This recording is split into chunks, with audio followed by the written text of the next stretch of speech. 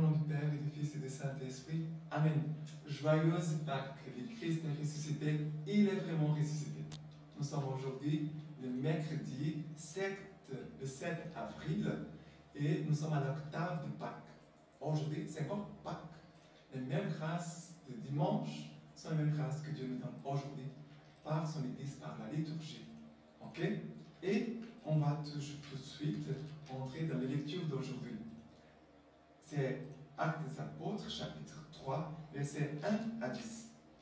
Pierre et Jean montaient au temple pour la prière de la 9e heure. Or, on apportait un impotent de naissance qu'on déposait tous les jours à la porte du temple, appelée la Belle, pour demander l'aumône à ceux qui y entraient. Voyant Pierre et Jean sur le point de pénétrer dans le temple, il leur demanda l'aumône.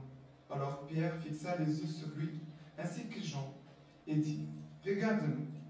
Il tenait son regard attaché sur eux, s'attendant à en recevoir quelque chose. Mais Pierre dit, « De l'argent et de l'or, je n'ai pas, mais ainsi que j'ai, je te le donne. Au nom de Jésus-Christ, le Nazaréen, marche. » Et, les saisissant par la main droite, il le releva. À l'instant, ses pieds et ses chevilles s'affermirent. D'un bond, il fut debout, et le voilà qui marchait. Il entra avec eux dans le temple, marchant, gambadant et louant Dieu. Tout le peuple les vit marcher et louer Dieu. On le reconnaissait. C'était bien lui qui demandait l'aumône, assis à la belle porte du temple. Et l'on fut rempli d'effroi et de stupeur au sujet de ce qui lui était arrivé. C'est magnifique, regardez. Pierre et Jean vont au temple, comme Pierre et Jean sont allés au temple, au tombeau, le jour de la résurrection. Les deux maintenant montent au temple. Et on peut dire qu'ils vont pour la prière, bien sûr. C'est comme si Pierre et Jean allaient à l'église pour prier. Et ils rencontrent cet homme paralysé, qui ne marche pas, là, assis à l'entrée. La porte, la Belle. Et qu'est-ce qui se passe? Ils voient Pierre et Jean, cet homme le regarde, il demande de l'aumône. Il attendait de recevoir quelque chose. Pierre va dire, regarde-nous. Il va dire, regarde-nous. Pierre n'a pas dit, regarde-moi. Regarde-nous, ça veut dire, regarde si c'est lui qui est au milieu de nous. C'est ça qui c'est très beau. Pierre dit, regarde-nous. Ce n'est pas moi, ce n'est pas que Jean, c'est Jésus aussi qui est là au milieu de nous. Quand 2 ou 3 sont rassemblés à mon nom, je suis là au milieu d'eux. Pierre et Jean, ensemble, ils apportent la présence du Christ.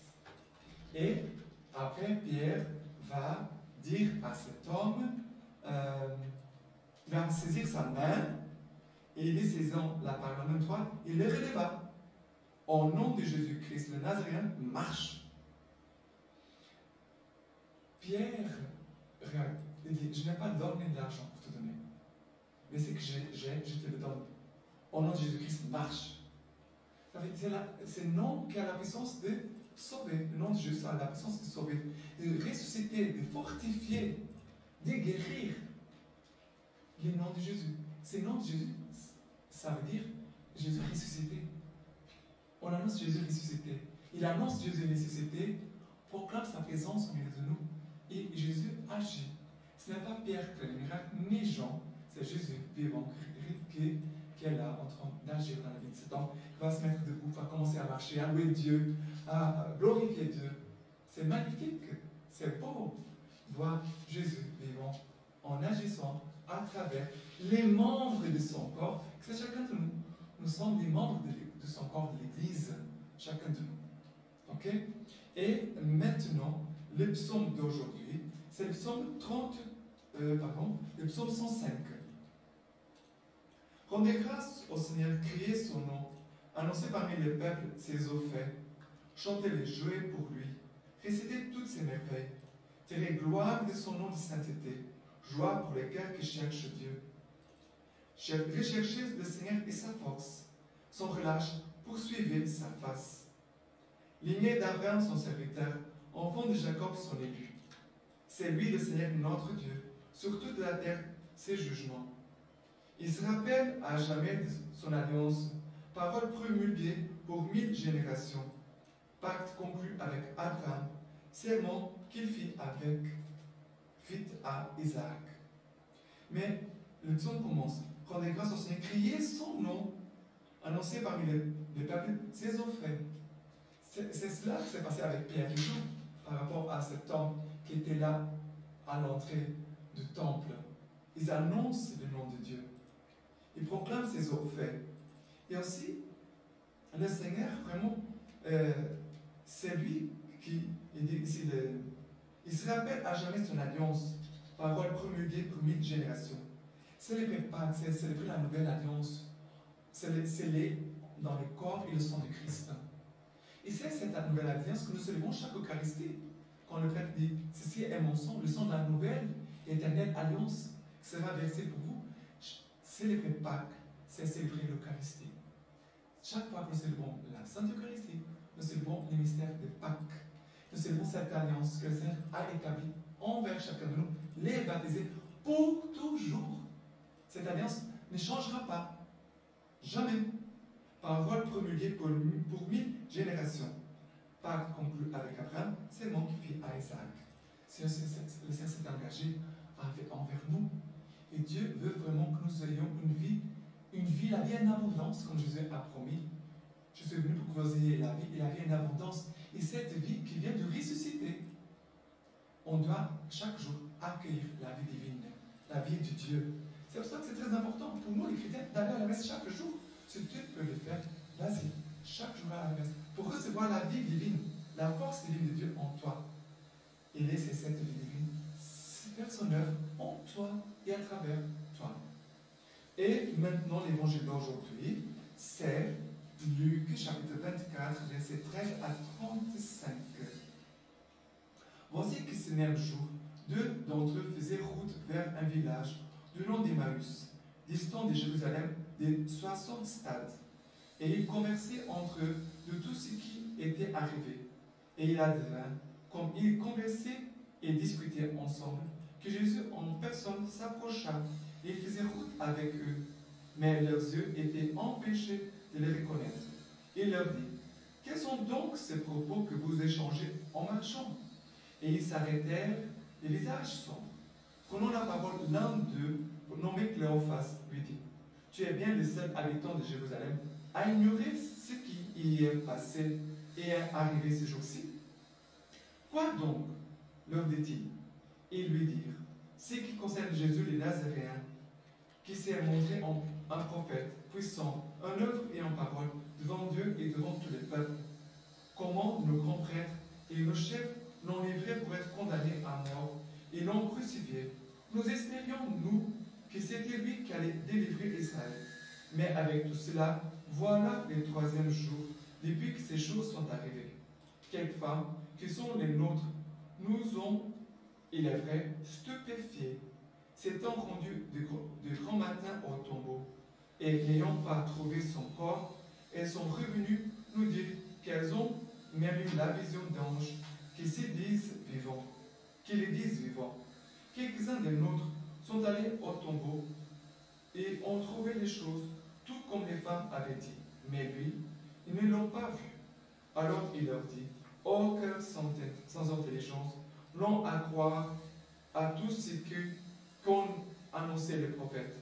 Ne fallait-il pas que le Christ endurait ses souffrances pour entrer dans sa gloire?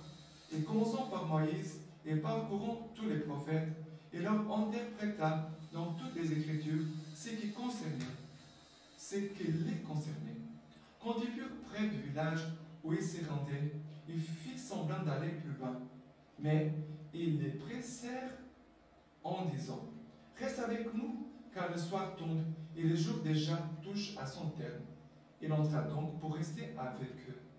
Et il advint, comme il était à table avec eux, qu'il prit le pain, dit la bénédiction, puis le rompit et le leur donna. Leurs yeux s'ouvrirent et ils le reconnurent, mais il avait disparu de devant eux. et se dire l'un à l'autre. Notre cœur n'était-il pas tout brûlant au-dedans de nous quand il nous parlait en chemin, quand il nous expliquait les Écritures? À cette heure même, ils partirent et s'en retournèrent à Jérusalem. Ils trouvèrent réunis les 11 et leurs compagnons, qui dirent: c'est bien vrai, le Seigneur est ressuscité, il est apparu à Simon. Alors, ces disciples d'Emmaüs qui s'éloignaient de Jérusalem. Jérusalem, c'est le lieu de la résurrection. C'est le lieu où est présente l'Église. Ils sont en train de s'éloigner de Dieu et de l'Église. Ils s'éloignent de Jésus-Christ ressuscité. Ils sont découragés, ils sont tristes. Ils disent, on croyait que maintenant, il était un grand prophète, en puissant une œuvre parole devant Dieu et devant tout le peuple. Mais cela fait déjà 3 jours qu'il est mort, et voilà. Il semble que tout est fini.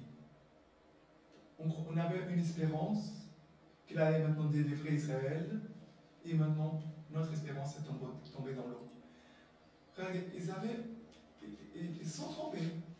Ils sont trompés. Jésus n'avait jamais trompé ses disciples.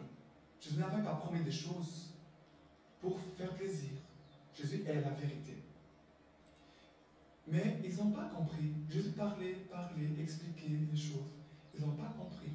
Jésus va avoir la patience, une grande patience à nouveau, pour tout expliquer, tout ce qui est dans les Écritures. Jésus va dire, en commençant par Moïse, il parcourut tous les prophètes et leur interpréta dans toutes les Écritures ce qui les concernait. Mais avant, Jésus va dire, ô cœur sans intelligence, lent à croire à tout ce que l'ont annoncé les prophètes. Voilà. Jésus peut nous dire la même chose à nous. Tu es lent pour croire. Tu es lent à comprendre ce que je te dis. C'est pour ça que nous devons demander chaque jour, Seigneur, donne-moi un cœur simple, un cœur de foi. Seigneur, donne-moi un cœur simple, un cœur de foi, pour accueillir ta parole et comprendre ce que tu es en train de me parler. Jésus va regarder. Jésus est en train de s'élever comme une messe. Dans la messe, on arrive avec nos péchés.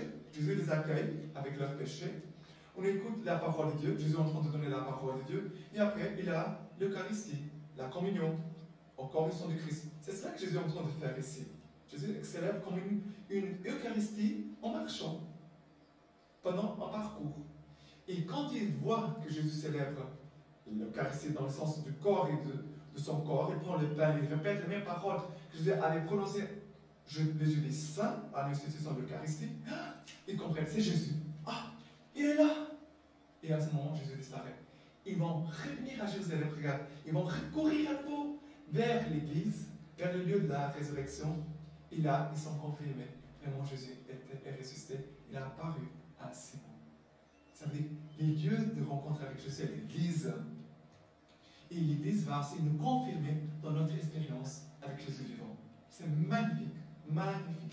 Et la lecture patristique d'aujourd'hui, c'est le Christ est mort pour que nous ayons la vie. Homélie pascale. Saint Paul, rappelant l'heureux événement de notre salut restitué, s'écrit: de même que par Adam la mort est entrée dans le monde, c'est ainsi par le Christ, c'est que par le Christ le salut est entré, a été rendu au monde. Et encore, pétri de terre, le premier homme vient de la terre, le deuxième homme, lui, vient du ciel.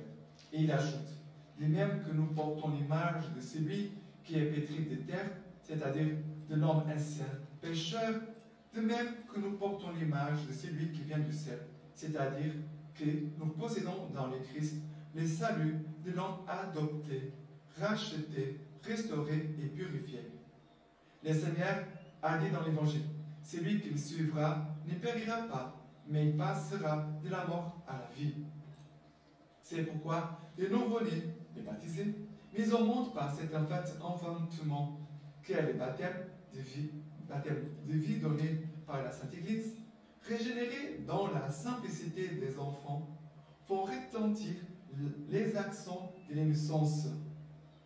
C'est ainsi qu'aux 2 derniers jours de sa vie mortelle, lui-même a prié le Père pour nous en disant: Père, je veux que là où je suis, ceux qui ont cru en moi soient aussi, comme tu es en moi et moi en toi, qui demeurent en nous. Et maintenant, je vous laisse la bénédiction par les nains pure de la Vierge Marie. Les deux Tout-Puissants vous bénissent et vous gardent, le Père, le Fils et le Saint-Esprit. Amen.